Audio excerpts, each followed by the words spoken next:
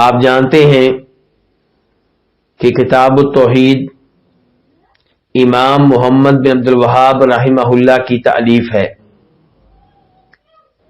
اس کتاب میں کن موضوعات پہ گفتگو کی گئی ہے، اس بارے میں پہلے لیکچر میں، پہلے درس میں گفتگو ہو چکی ہے۔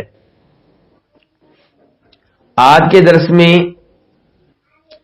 امام صاحب کا تعارف آپ کے سامنے رکھنا چاہوں گا کہ وہ امام جس کی کتاب ہم پڑھنے جا رہے ہیں یہ کون ہے۔ اس سے پہلے کتاب الفوائد جو کہ امام ابن القیم رحمہ اللہ کی ہے، اس کے سلسلے میں کتاب کے مؤلف امام ابن القیم رحمہ اللہ کے حالات آپ کے سامنے رکھ چکا ہوں، اور آج کتاب التوحید کے مؤلف امام محمد بن عبد الوہاب رحمہ اللہ کے حالات آپ کے سامنے رکھوں گا، اور مقصد کیا ہوگا؟ عبرت حاصل کرنا، سبق حاصل کرنا، ان کی زندگی کو دیکھ کر ان کی خوبیاں اپنے آپ میں، اپنی فیملی میں پیدا کرنے کی کوشش کرنا، اور جن عیوب سے، جن برائیوں سے وہ لوگوں کو روکتے رہے اور اس سلسلے میں قربانیاں دیتے رہے، ان سے اپنے آپ کو، اپنے گھر والوں کو دور رکھنا، اور ان کی طرح اگر آزمائشیں آئیں تو صبر کرنا، یہ مقصود ہے۔ تو آئیے دیکھتے ہیں کہ امام محمد بن عبد الوہاب رحمہ اللہ کون ہیں، اور ان کا تعارف اس لحاظ سے امام ابن القیم رحمہ اللہ کے تعارف سے زیادہ اہمیت رکھتا ہے کہ ان کو پاک و ہند میں بہت زیادہ بدنام کیا گیا ہے۔ یہ کون ہے؟ ان کا نام کیا ہے؟ محمد۔ اب دیکھیے ان کا نام محمد ہے۔ کہنا کیا چاہتا ہوں؟ کہنا یہ چاہتا ہوں کہ جو لوگ اس عظیم امام سے محبت کرتے ہیں، اگر آپ نے ان کی نسبت ان کی طرف کرنی تھی تو آپ انہیں محمدی کہتے کہ امام محمد کی بات ماننے والے، ان سے محبت کرنے والے، ان کے پیروکار۔ لیکن نسبت یہ نہیں کی گئی، نسبت کیا کی گئی؟ وہابی، کیونکہ ان کا نام کیا؟ محمد بن عبد الوہاب، تو عبد الوہاب تو ان کے والد کا نام ہے، اور والد کا نام بھی کیا ہے؟ عبد الوہاب، وہاب کے بندے، ان کے وہاب اللہ کا نام ہوا۔ تو اس لحاظ سے جب آپ کسی کو وہابی کہتے ہیں تو آپ اس کی نسبت اللہ کی طرف کرتے ہیں، یعنی کہ اللہ رب العزت کا بندہ، اللہ رب العزت کو وہاب ماننے والا۔ تو یہ تو بہت اچھی بات ہے، اگرچہ یہ نام رکھنے والوں کی نیت اچھی نہیں تھی۔ تو محمد بن عبد الوہاب، عبد الوہاب ان کے والد کا نام ہوا، سلیمان ان کے دادا کا نام ہے، اور علی ان کے پردادا کا نام ہے، اور پھر علی کے والد کون ہے؟ محمد، اور ان کے والد ہیں احمد۔ دیکھیے کتنے پیارے نام انہوں نے رکھے ہیں۔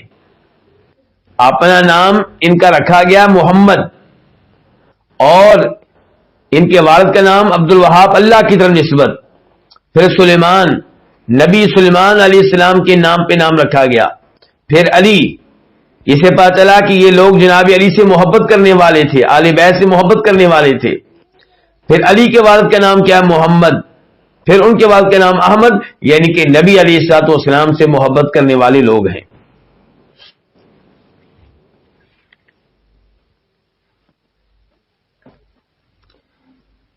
ان کا قبیلہ تمیم ہے، اور تمیم قبیلہ وہ عظیم قبیلہ ہے جس کے بارے میں جناب ابو ہریرہ فرماتے ہیں کہ لا ازال احب بنی تمیم من ثلاث سمعتهن من رسول اللہ صلی اللہ علیہ وسلم۔ ان الفاظ کا معنی و مفہوم کیا ہے یہ بتانے سے پہلے حدیث کا حوالہ لکھ لیں۔ بخاری شریف کی حدیث ہے، نمبر ہے 2543 2543، اور یہ مسلم شریف میں بھی آئی ہے، نمبر ہے 2525 2525، اور یہ الفاظ جو میں آپ کے سامنے ذکر کرنے لگا ہوں یہ مسلم شریف کے ہیں۔ جناب ابو ہریرہ کہتے ہیں لا ازال احب بنی تمیم، میں ہمیشہ سے بنو تمیم سے، قبیلہ تمیم سے محبت کرتا ہوں۔ کیوں؟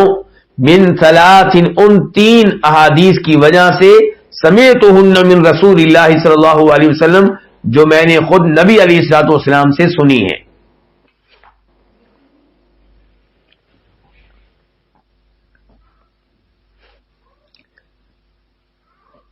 نمبر 1، سمعت رسول اللہ صلی اللہ علیہ وسلم یقول، میں نے نبی علیہ الصلوۃ والسلام سے سنا کہ آپ فرما رہے تھے ہم اشد امتی علی الدجال،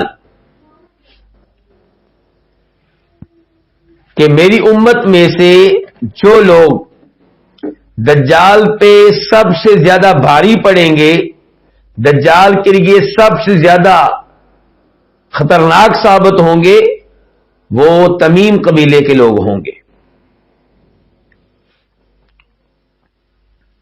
اور ان الفاظ میں یہ صراحت بھی آ گئی کہ بنو تمیم یہ قبیلہ دجال کے آنے تک موجود ہوگا، ان کی نسل چلتی رہے گی، ان کی نسل ختم نہیں ہوگی۔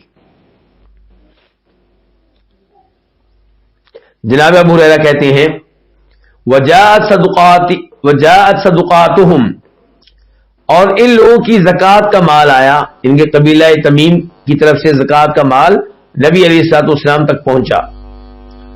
فقال النبی صلی اللہ علیہ وسلم، تو فرمایا نبی علیہ الصلوۃ والسلام نے ہذہ صدقات قومنا، یہ ہماری قوم کی زکوٰۃ ہے، ہماری قوم نے یہ زکوٰۃ بھیجی ہے۔ آپ نے تمیم قبیلے کو اپنی قوم کیوں قرار دیا؟ کیونکہ آپ کا اور اس قبیلے کا نسب اوپر جا کر ایک ہو جاتا ہے۔ نبی علیہ الصلوۃ والسلام کا نسب نامہ اگر آپ پڑھیں گے، آپ کے آباء و اجداد کے نام اگر آپ پڑھیں گے تو ان میں ایک نام آپ کو ملے گا الیاس بن مضر۔ تو الیاس بن مضر میں نبی علیہ الصلوۃ والسلام اور اس قبیلے کے لوگ ایک ہو جاتے ہیں، دونوں کا نسب مل جاتا ہے، اس لیے آپ نے کہا کہ یہ ہماری قوم کی زکوٰۃ ہے۔ تیسرے نمبر پہ جناب ابو ہریرہ کہتے ہیں وَكَانَ صَبِيَّةٌ مِّنْهُمْ عِندَ عَائِشَةَ، ان کی ایک لونڈی سیدہ عائشہ کے پاس تھی، یعنی کہ تمیم قبیلے سے تعلق رکھنے والی ایک عورت بطور لونڈی سیدہ عائشہ رضی اللہ عنہ کے پاس تھی۔ آپ یعنی کہ سیدہ عائشہ اس لونڈی کی مالکہ تھی۔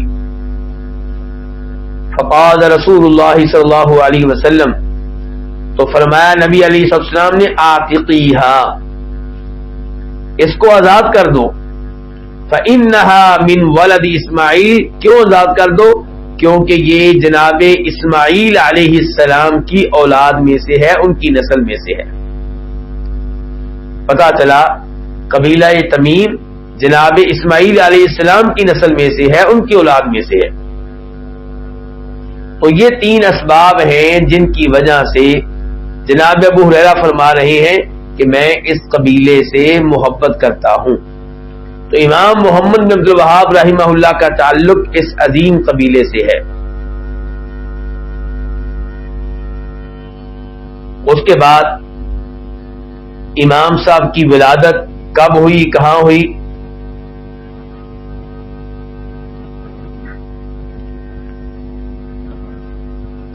امام محمد بن عبد الوہاب رحمہ اللہ 1115 ہجری میں 1115 ہجری میں اویینہ شہر میں پیدا ہوئے۔ اویینہ یہ ریاض کے قریب یہ شہر ہے، سعودی عرب کا دارالحکومت ریاض۔ 1115 یہ ہجرت کے لحاظ سے ہے، اور عیسوی اعتبار سے کون سا سال بنتا ہے؟ 1703 1703۔ تو یہ ہے امام صاحب کی ولادت کا سال، اور کس شہر میں پیدا ہوئے؟ اجینا شہر میں۔ 10 سال کی عمر تک پہنچنے سے پہلے وہ قرآن کریم سیکھ چکے تھے، زبانی یاد کر چکے تھے۔ یہاں سے سبق حاصل کرنا چاہیے مجھے اور آپ کو کہ ہم اپنے بچوں کو کب قرآن کریم یاد کروائیں، کب تک انہیں قرآن کریم کا حافظ بنا لیں۔ تو بہترین عمر کیا ہے؟ 10 سال۔ اس عمر میں بچہ قرآن یاد کرے گا تو اس کے دل پہ نقش ہو جائے گا، بھولے گا نہیں۔ لیکن عمر چھوٹی ہوتی ہے، اس عمر میں بچے کو آپ قرآن کریم کا حافظ بنائیں، جب حافظ بن جائے تو آپ اس کا خیال رکھیں، بطور والد اس سے آپ روزانہ سپارہ سنیں، یا آپ کی وائف اس کا سپارہ سنیں، یا پھر ایک قاری صاحب کی ڈیوٹی لگا دیں کہ وہ اس بچے کا روزانہ سپارہ سنیں، کیونکہ نبی علیہ السلام فرماتے ہیں قرآن کریم اگر آپ اس کی دہرائی نہیں کریں گے، اسے بار بار نہیں پڑھیں گے، تو یہ نعمت آپ کے پاس سے رخصت ہو جائے گی، چلی جائے گی۔ آپ نے اونٹ کے ساتھ مشابہت دی کہ اونٹ کی رسی کو آپ چھوڑ دیں تو اونٹ بھاگ جائے گا، آپ کے پاس نہیں رہے گا۔ امام محمد بن عبد الوہاب رحمہ اللہ بہت ذہین تھے، اپنے والد سے فقہ کا علم بھی لیتے تھے۔ امام صاحب نے اپنے والد سے بھی علم لینا شروع کر دیا۔ یاد رہے کہ ان کے والد قاضی تھے، جج تھے، اور ان کے والد صاحب ان کی ذہانت پہ بڑے حیران ہوتے تھے، اور کہا کرتے تھے کہ میں نے اپنے بیٹے محمد سے بہت فائدہ اٹھایا ہے، یعنی کہ بیٹا اتنا ذہین ہے کہ مجھ سے پڑھتا ہے، تو جہاں وہ مجھ سے علمی لحاظ سے فائدہ اٹھاتا ہے، مجھے بھی اس سے کئی فوائد مل جاتے ہیں۔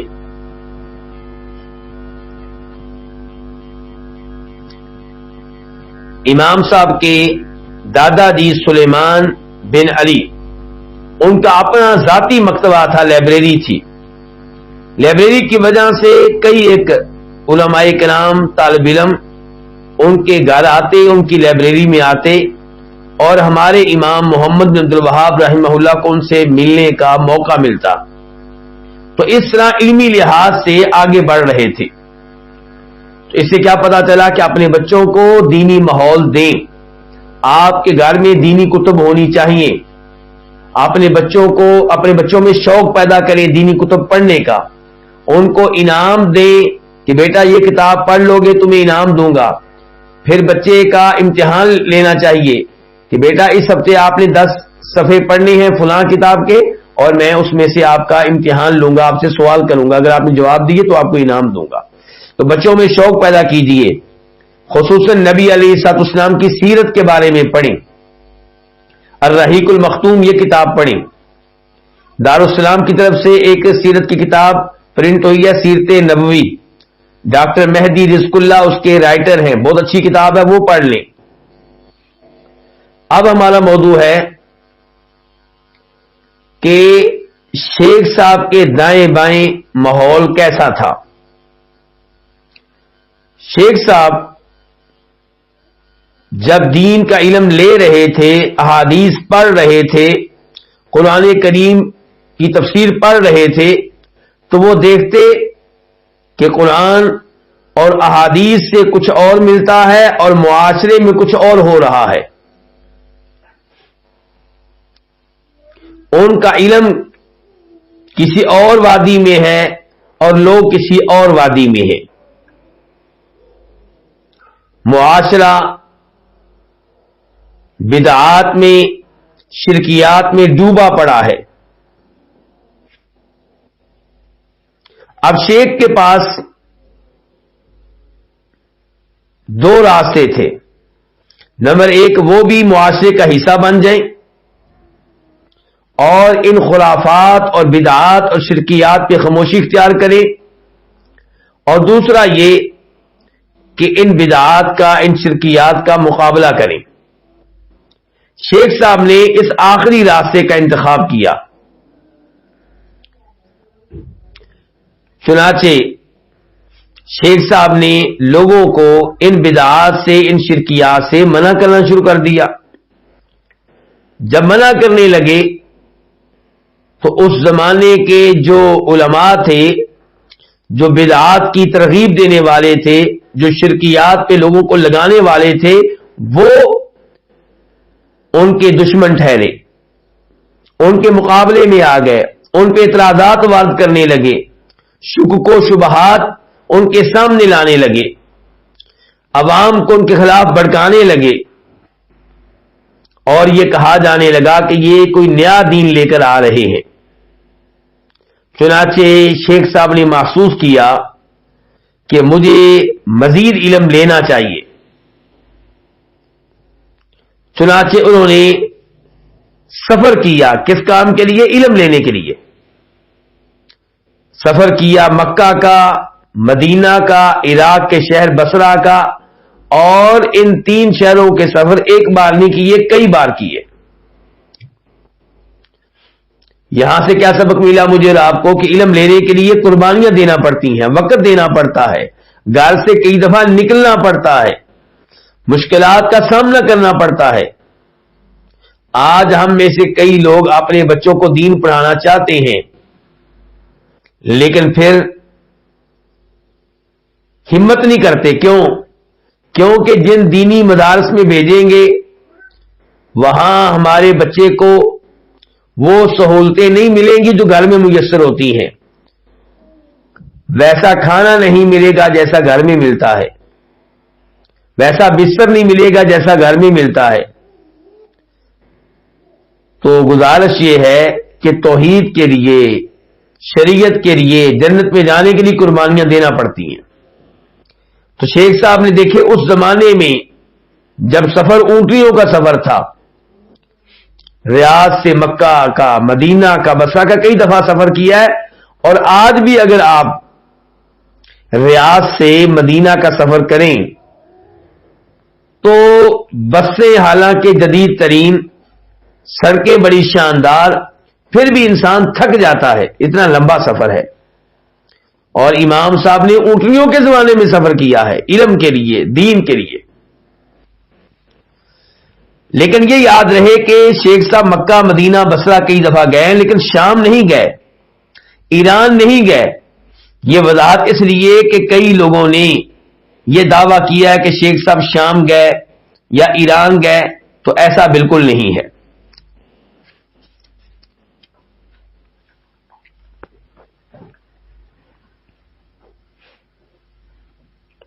ایک کتاب ہے، اس کا نام ہے لمع الشہاب. اس کتاب کے مؤلف نے اپنی کتاب میں کئی عجیب و غریب باتیں ذکر کی ہیں. مثال کے طور پہ کہ شیخ صاحب شام گئے، تو یہ باتیں ٹھیک نہیں ہیں جیسا کہ مورخین نے واضح کیا ہے. یہ بھی کہا گیا کہ شیخ صاحب فارسی زبان اور ترکی زبان سیکھتے رہے، اور آپ نے صوفیت سیکھی، فلسفہ سیکھا. تو ایسا کچھ بھی نہیں ہے. ان امور کا حقیقت سے کوئی تعلق نہیں ہے، جیسا کہ وعدے کیا ہے یہ علامہ حمد الجاسر رحمہ اللہ نے.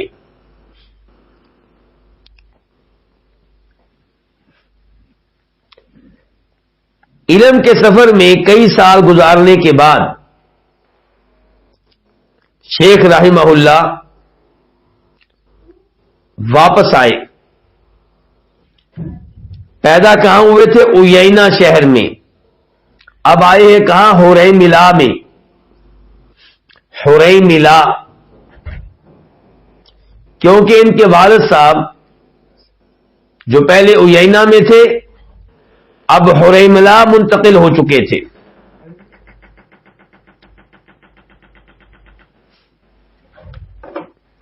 وہاں اپنے والد کے ساتھ زندگی گزارنے لگے، توحید کی دعوت دینے لگے، بدعات سے روکنے لگے. لیکن شیخ صاحب کو حلیملہ سے نکلنا پڑا اور ایک دفعہ پھر ان کو عیینہ جانا پڑا.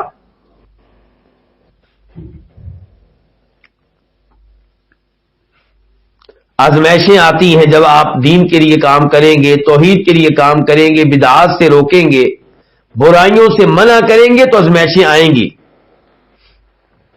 شیخ صاحب عیینہ میں زندگی گزار رہے ہیں، عیینہ سے شیخ صاحب کو نکال دیا گیا.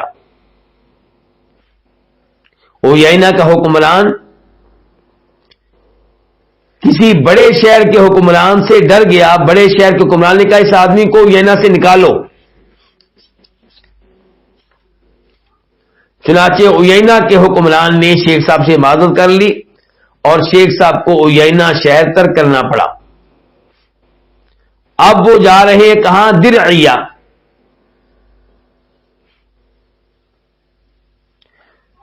جہاں تک تعلق ہے عیینہ شہر کا، تو عیینہ شہر کا جو حکمران تھا اس نے شیخ صاحب کو اپنے شہر سے نکالا، دنیا کو دین پہ ترجیح دی. ایک طرف اس کے سامنے اللہ رب العزت کی ذات تھی اور ایک طرف احساس شہر کا حکمران تھا جو دھمکی دے رہا تھا کہ اس آدمی کو نکالو. چاہیے یہ تھا کہ عیینہ شہر کا حکمران ڈٹ جاتا اور کہتا کہ میں اس آدمی کو نہیں نکالوں گا، میں اس عالم دین کو نہیں نکالوں گا، اس کا جرم کیا ہے؟ توحید بیان کرتا ہے، اچھی بات ہے.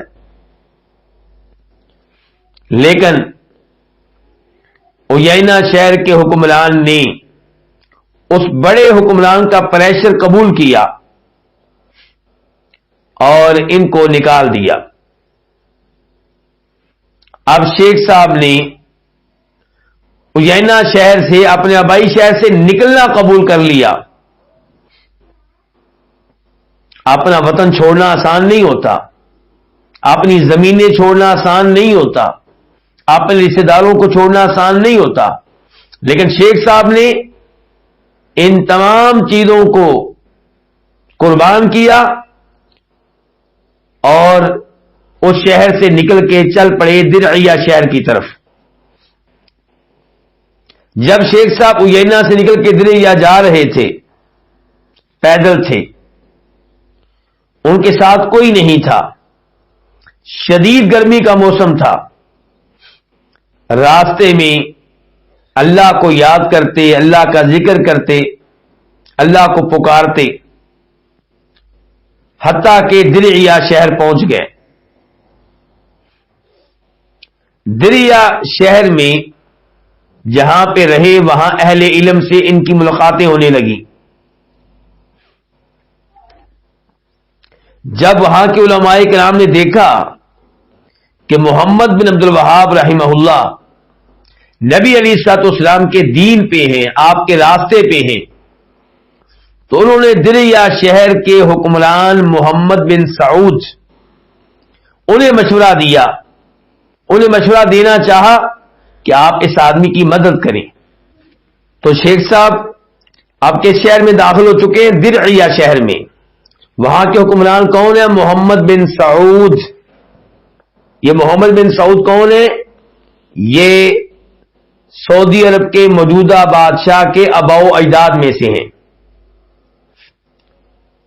تو محمد بن سعود انہیں مشورہ علماء کرام دینا چاہ رہے تھے کہ آپ محمد بن عبد الوہاب رحمہ اللہ ان کی تائید کریں، ان کی مدد کریں، ان کے ساتھ مل جائیں. لیکن علماء کرام یہ ہمت نہیں کر سکے. انہوں نے پھر کیا کیا؟ محمد بن سعود کی وائف بیگم سے اس مسئلے میں گفتگو کی، کیونکہ وہ بڑی عقل مند عورت تھی، صاحب دین تھی، صاحب علم تھی. انہوں نے ان کو بتایا کہ یہ امام صاحب بہت اچھے ہیں، ان کا علمی مقام و مرتبہ یہ ہے، توحید کی دعوت دیتے ہیں، کتاب و سنت کی دعوت دیتے ہیں، تو اس عورت کے دل میں امام صاحب کا مقام و مرتبہ بیٹھ گیا، اس کے دل میں امام صاحب کی محبت بیٹھ گئی۔ اس نے اپنے شوہر سے یعنی کہ امام محمد بن سعود سے اس مسئلے میں گفتگو کی اور کہا یہ آدمی اللہ نے آپ کی طرف بھیجا ہے، یہ غنیمت کا مال ہے جو آپ کو مل گیا ہے، تو اس لیے آپ اس موقع کو غنیمت جانیں۔ چنانچہ محمد بن سعود نے اپنی بیگم کے مشورے کو قبول کیا، اپنے بھائیوں سے اس مسئلے میں مشورہ کیا اور پھر فیصلہ یہ ہوا کہ اس آدمی کی مدد کی جائے۔ محمد بن سعود کو مشورہ دینے والوں نے یہ بھی مشورہ دیا کہ آپ خود اس آدمی کے پاس جائیں، بجائے اس کے کہ آپ اس عالم دین کو اپنے پاس بلائیں، آپ جائیں اور اس آدمی کے مقام و مرتبہ کے بڑھنے کا سبب بن جائیں۔ جب لوگ دیکھیں گے کہ آپ خود گئے ہیں تو لوگ بھی ان کی عزت کریں گے۔ چنانچہ محمد بن سعود خود شیخ صاحب کے جہاں شیخ صاحب ٹھہرے ہوئے تھے وہاں پہنچے اور آپ کو ویلکم کیا، آپ کی بہت زیادہ عزت کی اور آپ سے کہا کہ میں آپ کی مدد کروں گا، میں آپ کی حفاظت کروں گا، جیسے میں اپنی اولاد کا دفاع کرتا ہوں ویسے آپ کا دفاع کروں گا،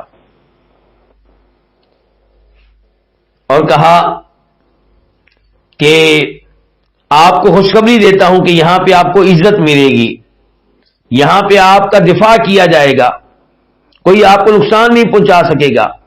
تو امام محمد بن عبد الوہاب رحمہ اللہ نے، اب یہ معاہدہ ہو رہا ہے ایک حکمران اور ایک عالم دین کے مابین، یہاں سے سبق حاصل کیجئے۔ اگر آج بھی علماء یہ چاہتے ہیں کہ جہاں پہ ہم رہتے ہیں وہاں پہ توحید نافذ ہو، شریعت نافذ ہو، تو اس کا طریقہ یہ نہیں ہے کہ آپ ممبر و محراب پہ وقت کے حکمرانوں کو گالیاں دیں، ان پہ لعنتیں بھیجیں، انہیں سر عام برا بلا کہیں، بلکہ طریقہ یہ ہے کہ ان سے ملیں، انہیں نصیحت کریں، انہیں بتائیں دین کیا ہوتا ہے، کیونکہ حکمران عام طور پہ دین کے علم میں کمزور ہوتے ہیں، تو ان تک توحید کی دعوت پہنچائی جائے۔ اگر وہ آپ کی بات مان لیں الحمدللہ، ورنہ کم از کم اللہ تعالیٰ آپ پہ راضی ہوگا کہ آپ نے اللہ کا پیغام ان تک پہنچایا۔ اور اس کی کوشش ایک بار نہیں بار بار کرنی چاہیے، اور ہر کوئی کرے تو حکمرانوں کو اعتماد میں لیا جائے دین کے معاملے میں، اپنے ذاتی فائدے کی خاطر نہیں، مال لینے کے لیے نہیں، دنیا لینے کے لیے نہیں، اللہ کی خاطر، دین کی خاطر۔ تو شیخ صاحب کی جب اس نے عزت کی اور خوشخبری دی کہ آپ کا یہاں پہ دفاع کیا جائے گا، کوئی آپ کو نقصان نہیں پہنچا سکے گا، آپ کو یہاں پہ عزت ملے گی، شیخ صاحب نے کہا وَأَنَا أُبَشِّرُكَ بِالْعِزَّةِ وَالتَّمْكِينِ، میں بھی آپ کو خوشخبری دیتا ہوں کہ اللہ تعالیٰ آپ کے اقتدار کو مستحکم کرے گا، آپ کو بھی شان و شوکت ملے گی۔ وَهَذِهِ كَلِمَةُ لَا إِلَهَ إِلَّا اللَّهُ مَن تَمَسَّكَ بِهَا وَعَمِلَ بِهَا وَنَصَرَهَا، کہ یہ لا الہ الا اللہ وہ عظیم کلمہ ہے جس نے اس کو مضبوطی سے تھام لیا، اس پہ عمل کیا اور اس کو معاشرے میں نافذ کرنے کی کوشش کی، اللہ تعالیٰ نے اس کو زمین کا بھی مالک بنایا، جن کے بادشاہ بنایا، اور لوگوں پہ اس کو حکومت دی، اور یہ کلمہ توحید ہے، یہ ہر نبی کا پہلا پیغام ہے۔ آپ یہ کون کہہ رہے ہیں، گفتگو کون کر رہے ہیں؟ امام محمد بن عبد الوہاب۔ کس سے؟ محمد بن سعود سے۔ کہا کہ آپ دیکھ رہے ہیں کہ نجد اور ارد گرد کے شہر، یہاں پہ شرک عام ہے، جہالت عام ہے،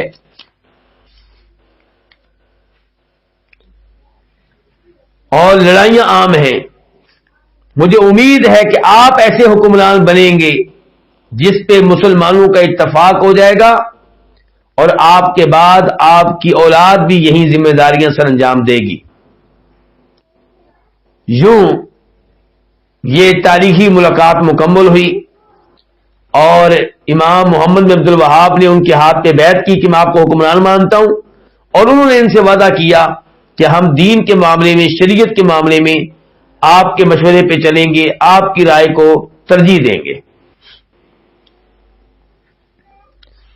تو پھر کیا کچھ ہوتا رہا اس کی طرف جانے کی ضرورت نہیں ہے، یہ لمبی باتیں ہیں، لیکن آپ کے سامنے ہے سعودی عرب و ملک جہاں پہ شریعت کا نفاذ ہوا، جہاں پہ توحید کا نفاذ ہوا، کفر و شرک کو وہاں سے ختم کیا گیا، جو گنبد قبروں پہ بنے تھے انہیں گرایا گیا، اور شرک کے جو مراکز اور اڈے قائم تھے انہیں ختم کر دیا گیا۔ یہ سب کچھ کیسے ہوا؟ امام محمد بن عبد الوہاب رحمہ اللہ کی محنت سے، اللہ کے فضل و کرم کے بعد۔ شیخ صاحب کا عقیدہ کیا ہے؟ شیخ صاحب کا وہی عقیدہ ہے جو مہاجرین انصار صحابہ کرام کا عقیدہ تھا، جو نبی علیہ الصلوۃ والسلام کا عقیدہ تھا، جو امام مالک، امام شافعی، امام احمد، سفیان بن عیینہ، سفیان ثوری، عبداللہ بن مبارک، امام بخاری، امام مسلم، امام ابو داؤد اور دیگر بزرگان دین کا عقیدہ تھا۔ یہی وجہ ہے کہ امام محمد بن عبد الوہاب رحمہ اللہ ایک مقام پہ فرماتے ہیں وَلَسْتُ وَلِلَّهِ الْحَمْدِ أَدْعُو إِلَى مَذْهَبِ صُوفِيٍّ أَوْ فَقِيهٍ أَوْ مُتَكَلِّمٍ أَوْ إِمَامٍ مِنَ الْأَئِمَّةِ الَّذِينَ أُعَظِّمُهُمْ، کہ اللہ کی میں حمد و ثنا بیان کرتے ہوئے کہتا ہوں کہ میں کسی صوفی بزرگ کے مسلک کی دعوت نہیں دے رہا، میں کسی فقیہ امام کے مسلک کی دعوت نہیں دے رہا، میں کسی اہل کلام سے تعلق رکھنے والے لیڈر کے مسلک کی طرف دعوت نہیں دیتا، بلکہ میں تو ان اماموں میں سے کسی امام کی طرف بھی دعوت نہیں دیتا جن کی میں تعظیم کرتا ہوں، جن کا میں احترام کرتا ہوں۔ کہتے ہیں مثال کے طور پہ امام ابن القیم ہیں، ان کی میں بڑی عزت کرتا ہوں، امام ذہبی کی میں عزت کرتا ہوں، امام ابن کثیر وغیرہ کی میں بڑی عزت کرتا ہوں۔ میں تو لوگوں سے یہ بھی نہیں کہتا کہ ان کی تم اتباع کرو، ان کی تقلید کرو، بل ادعو الی اللہ وحدہ لا شریک لہ، بلکہ میں دعوت دیتا ہوں اللہ وحدہ لا شریک کی طرف، میں اللہ کی طرف بلا رہا ہوں، کسی بزرگ کے مسلک کی طرف نہیں۔ وَأَدْعُو إِلَىٰ سُنَّةِ رَسُولِ اللَّهِ صلی اللہ علیہ وسلم، اور میں نبی علیہ الصلوۃ والسلام کی سنت کی طرف دعوت دے رہا ہوں، آپ کے حدیث کی طرف بلا رہا ہوں۔ الَّتِي أَوْصَىٰ بِهَا أَوَّلَ أُمَّتِهِ وَآخِرَهُمْ، اور آپ کی سنت یہ وہ عظیم چیز ہے جس کی آپ نے وصیت کی تھی امت کے اولین لوگوں کو بھی، آخری لوگوں کو بھی۔ آپ نے کہا تھا کہ میری سنت کو مضبوطی سے تھامے رکھنا، آپ نے کہا تھا علیکم بسنتی، جب امت میں خلافات پیدا ہو جائیں میری سنت کو مضبوطی سے تھامے رکھنا۔ امام صاحب کہتے ہیں وَأَرْجُو أَنِّي لَا أَرُدُّ الْحَقَّ إِذَا أَتَانِي، مجھے امید ہے کہ میرے پاس حق کہیں سے بھی آئے، حق بات کہیں سے بھی ملے، میں اسے ریجیکٹ نہیں کروں گا، میں اسے مسلط نہیں کروں گا۔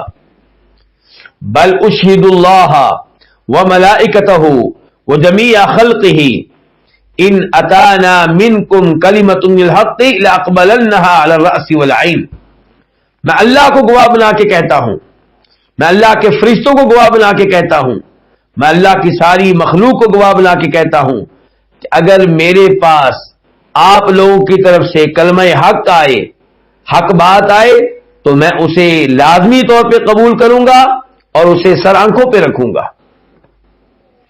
وَلَأَضْرِبَنَّ الْجِدَارَ بِكُلِّ مَا خَالَفَهَا مِنْ أَقْوَالِ أَئِمَّتِي حَاشَا رسول اللہ صلی اللہ علیہ وسلم فَإِنَّهُ لَا يَقُولُ إِلَّا الْحَقَّ، اور میں اپنے بزرگوں اور اپنے اماموں کی ہر اس بات کو دیوار پہ دے ماروں گا جو حق کے خلاف ہو، سوائے میرے امام اعظم محمد الرسول اللہ صلی اللہ علیہ وسلم کے، کیونکہ وہ جب بھی بات کرتے ہیں، حق بات کرتے ہیں، ان کی کوئی بات غلط نہیں ہو سکتی۔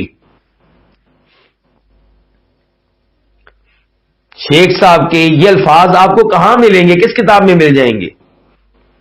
کئی کتب میں مل جائیں گے. ان میں سے ایک کتاب ہے عقیدۃ الشیخ محمد ابن عبد الوہاب السلفیہ وَأَثَرُهَا فِي الْعَالَمِ الْإِسْلَامِ، کہ شیخ محمد بن عبد الوہاب کا سلفی عقیدہ اور اس سلفی عقیدے کے دنیا اسلام پہ اثرات. یہ کتاب کس نے لکھی تھی؟ ڈاکٹر صالح بن عبداللہ بن عبد الرحمن العبود نے، جو اسلامک یونیورسٹی مدینہ منورہ کے وائس چانسلر رہے ہیں، اور اس کتاب کا اردو میں بھی ترجمہ ہوا ہے. امام صاحب کے بارے میں پڑھنے کے لیے بہترین کتاب ہے. ترجمہ کس نے کیا اردو میں؟ مولانا صفی الرحمان مبارک پوری رحمہ اللہ نے، جو الرحیق المختوم کے بھی مؤلف اور رائٹر ہیں.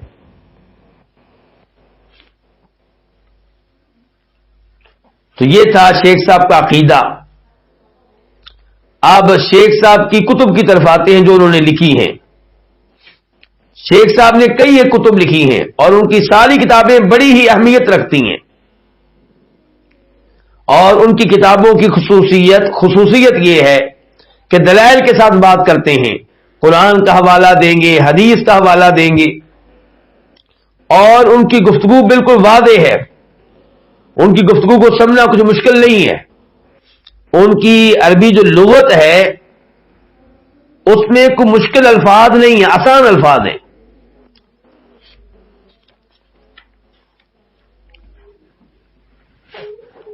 تو آئیے جانتے ہیں کہ شیخ صاحب کی کتب کون کون سی ہیں. نمبر 1 کتاب التوحید. یہی وہ کتاب ہے جس کا ہم آغاز کرنے جا رہے ہیں اللہ کے فضل و کرم سے، اللہ کی مشیت سے. تو پہلی کتاب ہے کتاب التوحید. اس کتاب کا پورا نام کیا ہے؟ کتاب التوحید الذی هو حق اللہ علی العبید.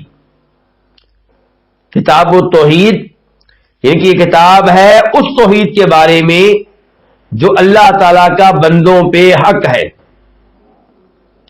یعنی کہ توحید کی 3 اقسام ہیں. ایک ہے توحید ربوبیت، اللہ تعالیٰ کو رب جاننا، یہ عقیدہ رکھنا کہ میرا خالق مالک رازق میرے امور کی تدبیر کرنے والا صرف ایک اللہ ہے. اور ایک ہے توحید الوہیت، توحید عبادت، کہ نماز روزے میں ہر قسم کی عبادت میں ایک اللہ کو عبادت کے لائق جاننا. تو یہ جو توحید عبادت ہے بنیادی طور پہ یہ کتاب اس کے بارے میں ہے. ورنہ توحید کی قسم ہوتی توحید اسماء و صفات، کہ اللہ تعالیٰ کو اس کے ناموں اور صفات میں ایک جاننا. لیکن اس کتاب کا بنیادی جو موضوع ہے وہ توحید عبادت ہے. اگرچہ توحید ربوبیت کے بارے میں گفتگو موجود ہے، توحید اسماء و صفات کے بارے میں گفتگو موجود ہے، لیکن اس کا بنیادی موضوع جو ہے وہ کیا ہے؟ وہ توحید جسے آپ توحید عبادت کہتے ہیں، توحید الوہیت کہتے ہیں. تو کتاب کا پورا نام کیا ہے؟ کتاب التوحید الذی هو حق اللہ علی العبید. کہ یہ کتاب اس توحید کے بارے میں ہے جو توحید اللہ کا حق ہے اللہ کے بندوں پہ. نمبر 2 شیخ صاحب کی کتابوں میں سے کشف الشبہات. جب شیخ صاحب نے توحید کی دعوت دینا شروع کی، شرک سے روکا، تو شیخ صاحب پہ اعتراضات کی، شبہات کی بارش کر دی گئی. کسی کا یہ اعتراض، کسی کا یہ اعتراض. تو شیخ صاحب نے ان اعتراضات میں سے اہم ترین اعتراضات کو جمع کیا اور ان کا جواب دیا. اس کتاب کا نام کیا؟ کشف الشبہات، یعنی کہ شبہات کا ازالہ. مثال کے طور پہ ایک شبہ یہ وارد کیا جاتا ہے، ایک دلیل یہ دی جاتی ہے کہ حدیث میں آتا ہے کہ لوگ روز قیامت آدم علیہ السلام سے مدد طلب کریں گے اور وہ مدد کر لیں گے، کہیں گے کسی اور کے پاس جاؤ. نوح علیہ السلام سے مدد طلب کریں گے، ابراہیم علیہ السلام سے مدد طلب کریں گے. تو کہتے ہیں اس حدیث سے پتا چلا کہ اللہ کے علاوہ کسی اور سے بھی مدد مانگی جا سکتی ہے. اور آپ لوگ کہتے ہیں جی بزرگوں سے قبر والوں سے مدد نہیں مانگی جا سکتی.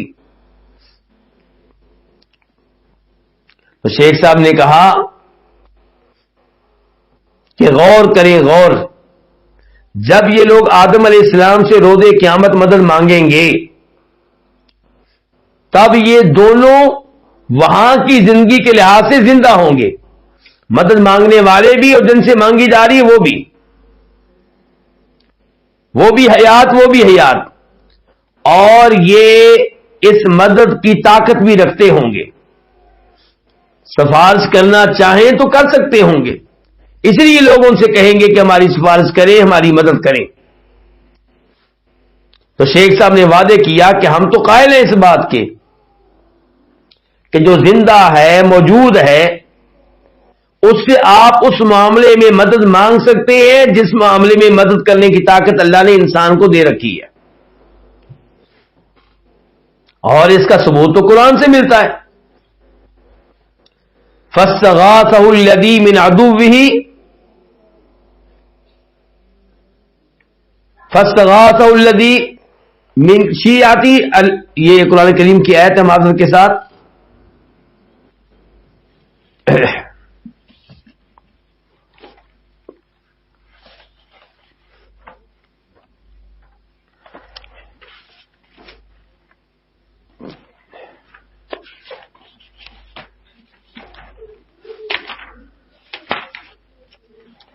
ہاں جی، یہ دیکھیں کہ موسیٰ علیہ السلام باہر نکلے تو ان سے ان کی قوم کے ایک آدمی نے مدد مانگی. فَاسْتَغَاثَهُ الَّذِي مِنْ شِيعَتِهِ عَلَى الَّذِي مِنْ عَدُوِّهِ، سورہ قصص آیت نمبر 15 کہ ایک قوم ہے کہ اس کی فرعون کی قبطی لوگ، اور ایک قوم ہے موسیٰ علیہ السلام کی، کون؟ بنی اسرائیل. تو اسرائیلی شخص نے جو موسیٰ علیہ السلام کی قوم کا ہے ان سے مدد مانگی موسیٰ علیہ السلام سے قبطی کے خلاف. تو موسیٰ علیہ السلام نے اس کی مدد کرتے ہوئے قبطی کو مکہ دے مارا. تو اب یہاں پہ قرآن میں آ گیا ہے کہ موسیٰ علیہ السلام سے مدد مانگی ہے ان کی قوم کے آدمی نے. تو کہتے ہیں لو جی نبیوں سے مدد مانگنا جائز ہو گیا. تو گزارش یہ ہے کہ موسیٰ علیہ السلام سے مدد مانگی گئی ہے جب تب زندہ تھے. کس معاملے میں؟ اس معاملے میں جس معاملے میں انسان مدد کرنے کی طاقت رکھتا ہے. تو یہ شرک نہیں ہے. لیکن جب موسیٰ علیہ السلام فوت ہو جائیں، فوت ہونے کے بعد آپ ان کو مدد کے لیے پکاریں، جبکہ قرآن کہے کہ جو قبروں میں جا چکے انہیں آپ اپنی آواز نہیں سنا سکتے، تو آپ کہیں کہ اب وہ مشکل کشا ہو گئے، اب وہ حاجت روا ہو گئے، تو یہ توحید کے منافی ہے. اس کا مطلب یہ ہے کہ آپ سمجھتے ہیں کہ وہ اللہ تعالیٰ کی طرح مدد کرنے پہ قادر ہیں، اور یہ انداز درست نہیں ہے، اس سے منع کیا گیا ہے. تو کہنے کا مطلب یہ ہے کہ اس قسم کے شبہات اور اعتراضات تھے جن کا ازالہ کیا ہے اس کتاب میں امام محمد عبد الوہاب رحمہ اللہ نے. تو یہ کتاب بھی پڑھنے والی ہے. مجھے موقع ملا تو انشاءاللہ میں یہ کتاب پڑھاؤں گا، ورنہ اگر کسی اور جگہ آپ کو موقع ملے تو یہ کتاب آپ پڑھیں. بلکہ میرا مشورہ یہ کہ آپ کے ساتھ آپ کی وائف بھی پڑھے، آپ کے بچے بھی پڑھیں، تاکہ وہ توحید میں مضبوط ہو اور شرک کے معاملے میں ان کا تصور بالکل واضح ہو.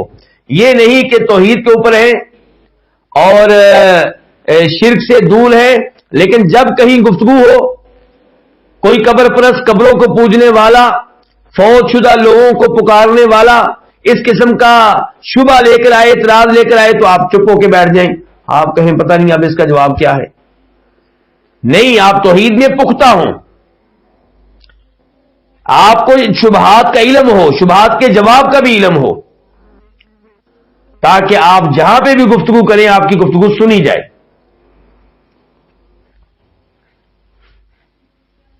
تیسرے نمبر پہ امام صاحب کی کتب میں سے الاصول الثلاثہ، 3 اصول. یہ 3 اصول کیا ہیں؟ قبر میں آپ جانتے ہیں کہ 3 سوال ہوں گے. تمہارا رب کون ہے؟ تمہارا دین کیا ہے؟ تمہارے نبی کون ہیں؟ تو ان 3 کے اوپر تفصیل سے گفتگو کی ہے امام محمد بن عبد الوہاب رحمہ اللہ نے اپنی کتاب الاصول الثلاثہ میں، یعنی کہ تعارف کروایا ہے اللہ رب العزت کا، دین اسلام کا اور نبی علیہ الصلوۃ والسلام کا۔ اس سے آپ اندازہ لگا سکتے ہیں کہ امام صاحب اللہ رب العزت سے بھی محبت کرنے والے، دین اسلام سے بھی محبت کرنے والے اور نبی علیہ الصلوۃ والسلام سے بھی محبت کرنے والے، اس کتاب میں آپ کی سیرت بیان کی ہے۔ چوتھے نمبر پہ کتاب ہے امام صاحب کی شروط الصلاۃ و ارکانھا، نماز کی شرائط اور نماز کے ارکان۔ میرا آپ سے سوال ہے کہ وضو کے بغیر آپ نماز پڑھیں، کیا نماز ہو جائے گی؟ نہیں ہوگی، کیونکہ وضو نماز کے لیے کیا ہے؟ شرط۔ ظہر کی نماز آپ پڑھنا چاہیں صبح کے 10 بجے، ہو جائے گی؟ نہیں ہوگی، کیوں؟ کیونکہ نماز کی شرائط میں سے ایک یہ ہے کہ اس کا وقت داخل ہو چکا ہو۔ تو آپ 10 بجے پڑھیں گے تو ظہر کی نماز کا وقت ہی داخل نہیں ہوا۔ تو نماز کی شرائط کا علم ہونا چاہیے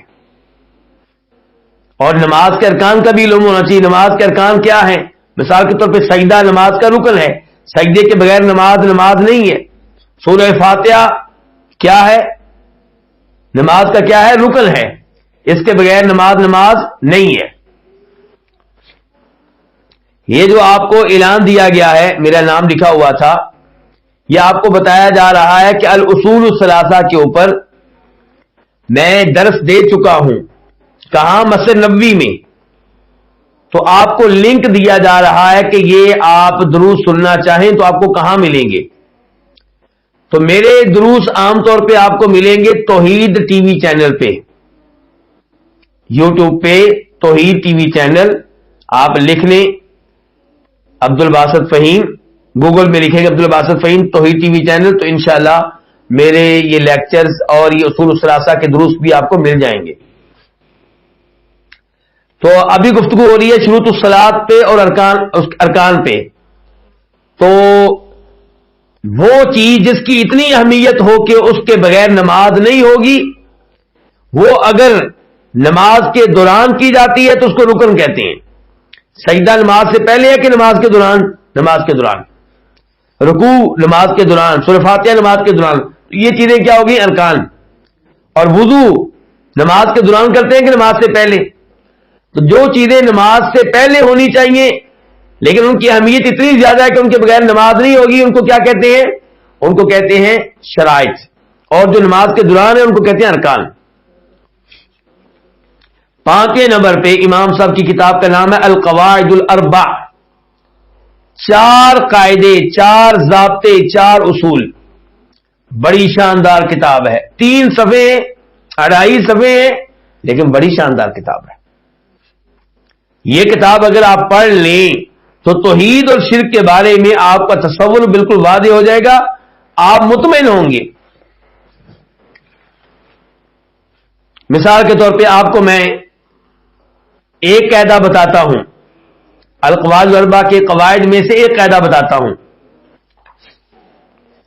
کہتے ہیں کہ پہلا قاعدہ، کون کہہ رہے ہیں؟ امام محمد عبد الوہاب کہتے ہیں پہلا قاعدہ یہ ہے کہ آپ کو یہ بات معلوم ہونی چاہیے کہ وہ کافر جن سے اللہ کے رسول علیہ الصلوۃ والسلام نے لڑائیاں لڑی، وہ مانتے تھے کہ اللہ تعالیٰ ہی خالق ہے، اللہ تعالیٰ ہی مدبر ہے، لیکن یہ چیز ان کو اسلام میں داخل نہیں کر سکی۔ القواعد الاربع کے اوپر بھی میں نے دروس دیے ہوئے ہیں اور وہ بھی مسجد نبوی میں دیے ہیں، تو وہ بھی انشاءاللہ آپ کو توحید ٹی وی چینل پہ مل جائیں گے۔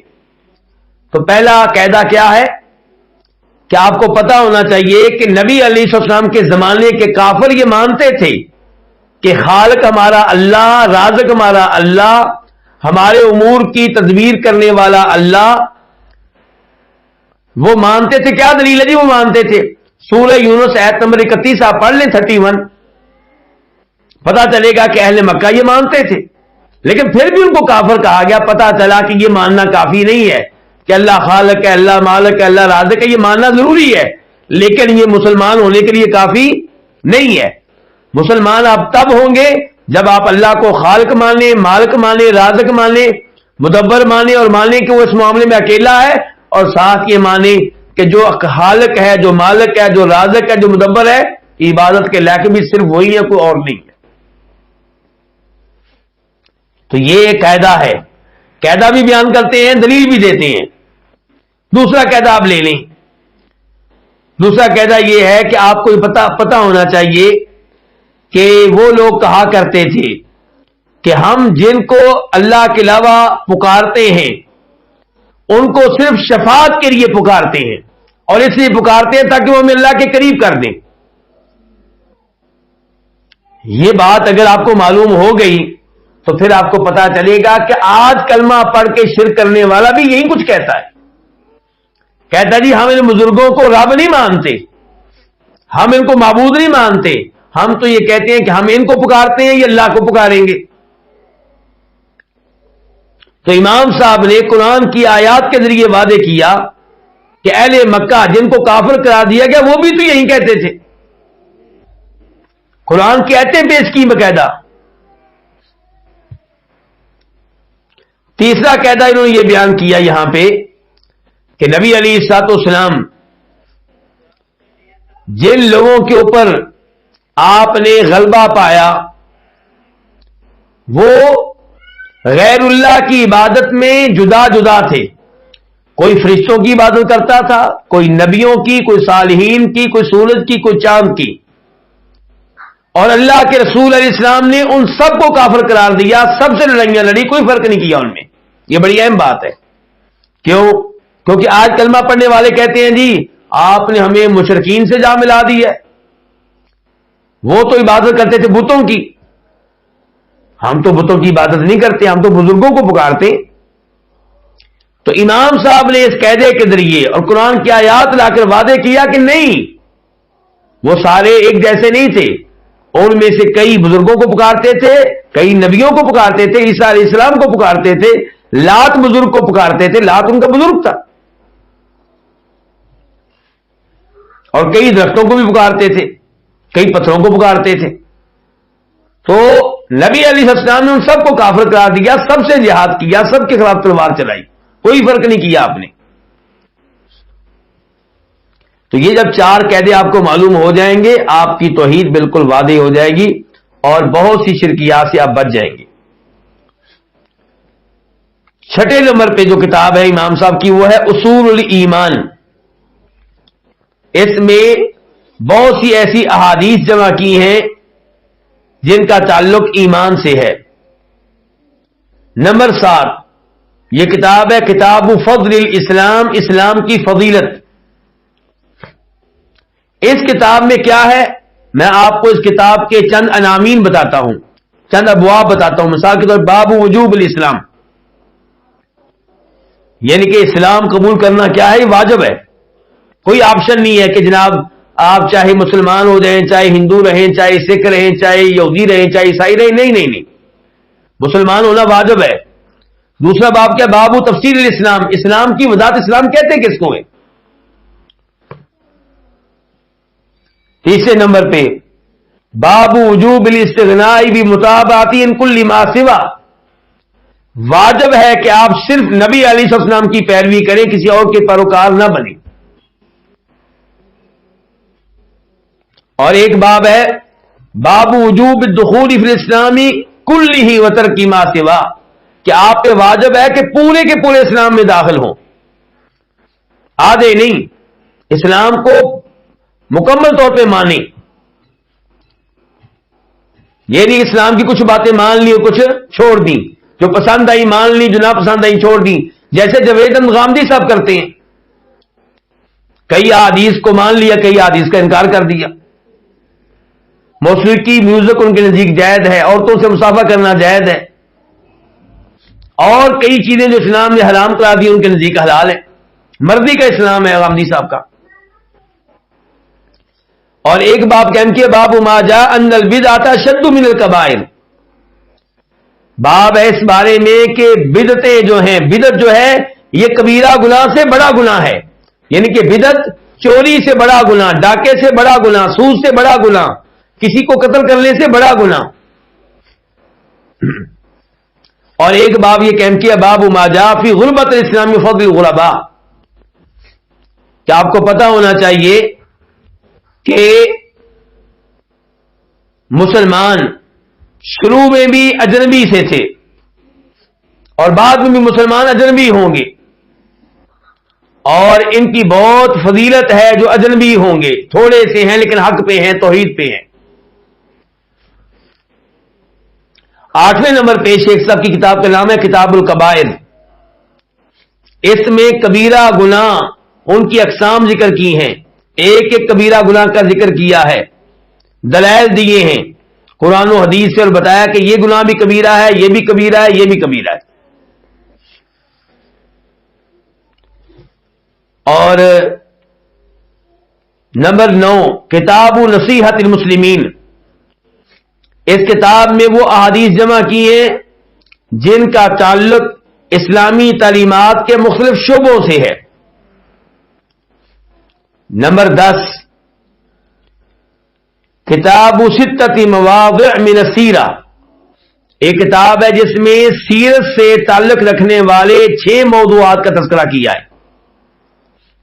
دیکھتے جائیے کہ امام صاحب کو کتنی محبت ہے نبی علیہ الصلوۃ والسلام سے۔ 6 موضوعات کیا ہیں؟ نزول وحی کا آغاز، نمبر 2 توحید کی تعلیم اور کفار پہ رد، نمبر 3 قصۃ الغرانیق العلا، کہ اس قصے کی کیا حقیقت ہے جس کی نسبت کی گئی ہے نبی علیہ الصلوۃ والسلام کی طرف، کہ اس قصے کا مفہوم یہ ہے کہ آپ نے مشرکین کی بات مان لی تھی اور کمپرومائز کر لیا تھا، تو یہ کیا واقعہ ٹھیک ہے غلط ہے، تو اس کا تذکرہ کیا ہے۔ ختام ابو طالب، آپ کی چچا ابو طالب کا اختتام کس چیز پہ ہوا، اور آخری موضوع ہے سیرت کی کتاب میں کہ ہجرت کے فوائد کیا ہیں اور ہجرت سے کیا سبق ملتا ہے، اور پھر ایک موضوع ہے کہ نبی علیہ الصلوۃ والسلام کے فوت ہونے کے بعد کچھ لوگ مرتد ہوئے، اس معاملے کی کیا حقیقت ہے۔ 11ویں کتاب ہے کتاب تفسیر الفاتحہ، سورہ فاتحہ کی تفسیر، اور 12ویں کتاب ہے کتاب مسائل الجاہلیہ، کتاب مسائل الجاہلیہ۔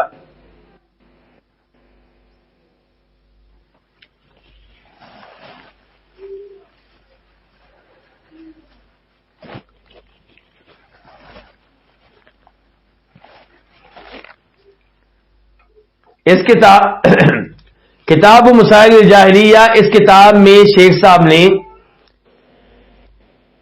131 ایسے امور اور معاملات ذکر کیے ہیں جن میں نبی علیہ الصلوۃ والسلام نے زمانہ جاہلیت، زمانہ کفر کے لوگوں کے عقائد کی مخالفت کی ہے۔ منفرد کتاب ہے، 131 مسئلے، بہت بڑی محنت ہے۔ کیوں جمع کیے؟ تاکہ میں اور آپ اس کو پڑھیں اور ہم ان امور سے بچیں، ان سے دور رہیں، کیونکہ یہ جاہلیت کے امور ہیں۔ یہ وہ امور ہیں جن کو اپنایا ہوا تھا ان لوگوں نے جن کا تعلق زمانہ جاہلیت سے ہے، زمانہ کفر سے ہے۔ پھر کتاب نمبر 13 کتاب تفسیر الشہادہ، کلمہ شہادت یعنی کہ لا الہ الا اللہ، اس کی تفسیر، اس کی وضاحت۔ نمبر 14 تفسیر لبعض سور القرآن، قرآن کی چند صورتوں کی تفسیر۔ نمبر 15 کتاب السیرہ، یہ بھی سیرت پہ کتاب ہے۔ دیکھیں امام صاحب نے سیرت پہ کتنا کام کیا ہے، کتنی انہیں محبت ہے نبی علیہ الصلوۃ والسلام سے۔ یہ بنیادی طور پہ سیرت کی ایک اور کتاب ہے جو پہلے لکھی گئی تھی، اس کو کہتے ہیں السیرہ ابن ہشام، امام ابن ہشام کی سیرت پہ کتاب۔ اس کتاب کا خلاصہ پیش کیا ہے امام محمد بن عبد الوہاب رحمہ اللہ نے اپنی کتاب کتاب السیرہ میں۔ نمبر 16 الہدی النبوی، یہ کیا ہے؟ یہ بھی سیرت پہ کتاب ہے. کیا فرق ہے اس کتاب میں اور پہلی کتاب میں؟ پہلی کتاب جو تھی وہ خلاصہ ہے امام ابن ہشام کی سیرت کی کتاب کا، اور یہ آخری کتاب جو ہے یہ خلاصہ ہے امام ابن القیم رحمہ اللہ کی سیرت کی کتاب کا، جس کا نام ہے زاد المعاد. اور زاد المعاد سیرت پہ بڑی منفرد کتاب ہے، بڑی شاندار کتاب ہے.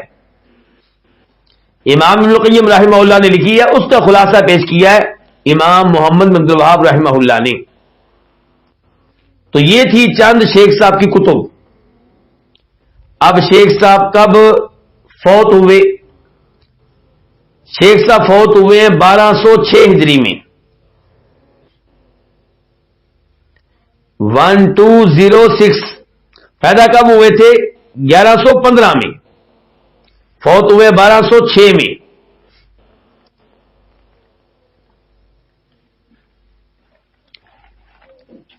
تو یہ چند باتیں تھی شیخ صاحب کی زندگی کے تعلق سے. جب فوت ہوئے تو ان کی عمر کتنی تھی؟ 92 سال. اور اب جلدی سے میں ان کے بیٹوں کے نام آپ کے سامنے رکھنا چاہوں گا.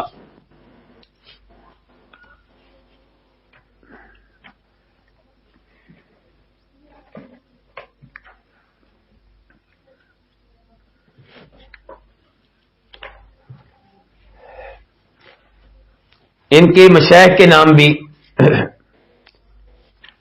ان کے ایک شیخ ہیں ان کے والد عبد الوہاب بن سلیمان، دوسرے ہیں ان کے شیخ عبداللہ بن ابراہیم بن سیف، تیسرے نمبر پہ ہیں محمد حیات سندھی، چوتھے نمبر پہ ان کے استاد اور شیخ کا نام ہے محمد المجموعی البصری، ان کے بصرہ شہر کے، عراق کے، اور پانچویں نمبر پہ عبداللہ بن سالم البصری، یہ بھی بصرہ شہر کے، اور ایک ہیں عبد اللطیف العفالقی.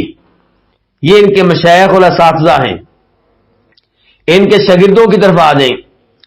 پہلے نمبر پہ عبد العزیز بن محمد بن سعود، یعنی کہ وہ امام محمد بن سعود جو حکمران تھے، جن کے ہاتھ پہ انہوں نے بیعت کی، ان کو حکمران مانا، ان کے بیٹے عبد العزیز جو تھے وہ ان کے شاگرد ہیں. پھر سعود بن عبد العزیز بن محمد، یہ کہ جو پہلے عبد العزیز ذکر ہوئے ہیں ان کے بیٹے. اور پھر امام صاحب کے اپنے بیٹے ان کے شاگرد ہیں. ایک بیٹے کا نام ہے حسین. امام محمد بن عبد الوہاب نے اپنے ایک بیٹے کا نام کیا رکھا ہے؟ حسین. تو کیا پتا چلا جناب حسین سے محبت کرتے ہیں کہ نہیں کرتے؟ اہل بیت سے محبت کرتے ہیں. اور ایک بیٹے کا نام ہے علی. اس کا مطلب ہے کہ جناب علی سے بھی محبت کرتے ہیں. اور ایک بیٹے کا نام ہے عبداللہ، اور ایک کا نام ہے ابراہیم. تو یہ چاروں بیٹے بڑے علماء تھے اور امام صاحب کے شاگرد تھے. ایسے ہی ان کے شاگردوں میں ایک ان کے پوتے ہیں عبد الرحمن بن حسن. اس سے پتا چلا کہ امام صاحب کے ایک بیٹے کا نام حسن بھی تھا، لیکن وہ جلدی فوت ہو گیا، تو اس لیے ان کا تذکرہ، اس بیٹے کا تذکرہ امام صاحب کے شاگردوں میں نہیں ہوتا، یہ ان کے اتنا زیادہ نہیں ہوتا تذکرہ. لیکن اب اس نام سے پتا چلا کہ عبد الرحمن بن حسن ان کے پوتے ہیں. مراد یہ ہے کہ باپ کا نام کیا؟ حسن. تو امام صاحب نے ایک بیٹے کا نام حسین رکھا ہوا تھا، ایک کا نام کیا رکھا ہوا تھا؟ حسن.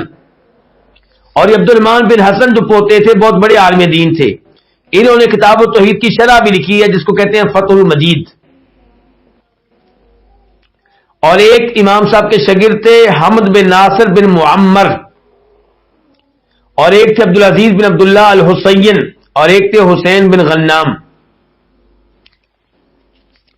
تو آج شیخ صاحب کے موضوع پہ گفتگو ہوتی رہی، اور اب آئندہ درس میں ہمارا موضوع ہوگا کہ شیخ صاحب کے اوپر جو اہم اعتراضات شیخ صاحب کے اوپر کیے جاتے ہیں وہ کیا ہے اور ان کا جواب کیا ہے. اس کے بعد انشاءاللہ کتاب التوحید کا باقاعدہ آغاز ہو جائے گا. تو فی الحال کیا موضوع ہوگا آئندہ ہمارا؟ ایک تو کتاب التوحید کے بارے میں گفتگو ہوگی، کس کس نے اس کی شرح کی ہے، شرح لکھی ہے، اور ایک یہ کہ امام صاحب کے اوپر بڑے بڑے اعتراضات کیا ہوتے ہیں، تہمتیں کیا لگائی گئی ہیں، الزامات کیا لگائے گئے ہیں، کیا پروپیگنڈا کیا گیا ان کے خلاف، اس موضوع پہ انشاءاللہ گفتگو ہوگی۔